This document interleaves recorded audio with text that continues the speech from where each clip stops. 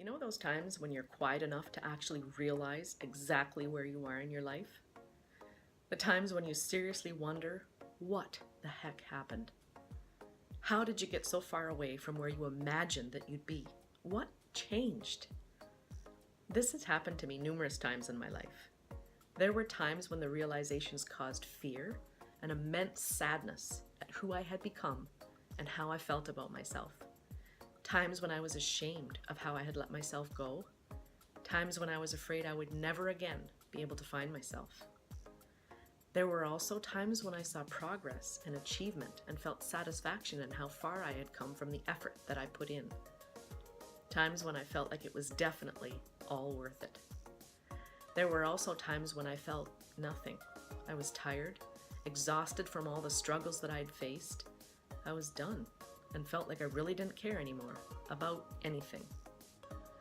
As I contemplate all of this, I realize that my life has unfolded exactly how I chose for it to. Sure, there were unexpected events that occurred that weren't anticipated, but the reality is that I chose how to handle each of those. I made the decisions surrounding it all. Each experience brought with the opportunity to learn and to grow. Each brought with it something to take away, something that I will inevitably use at some time or another during the years that come. The most amazing part of wondering how I got to where I am right now is the anticipation of what is yet to come. I've had so many rich and wonderful blessings so far in my life, and each time that I think it can't get any better than this, it gets better. The sky is truly the limit, and since the sky is indeed limitless, there is no end to the possibilities that can occur.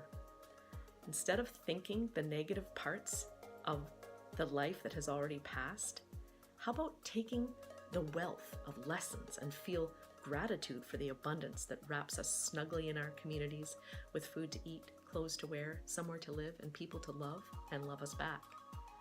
From my perspective, where I am is certainly not where I imagined I would be. But you know what? I love where I am.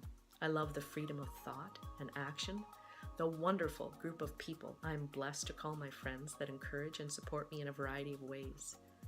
I went from fear of the realization of how far I had fallen to the immense pleasure of realizing all that I have and all that I am and what I am capable of. Life is indeed grand, and I am so very thankful for all that has happened in my life.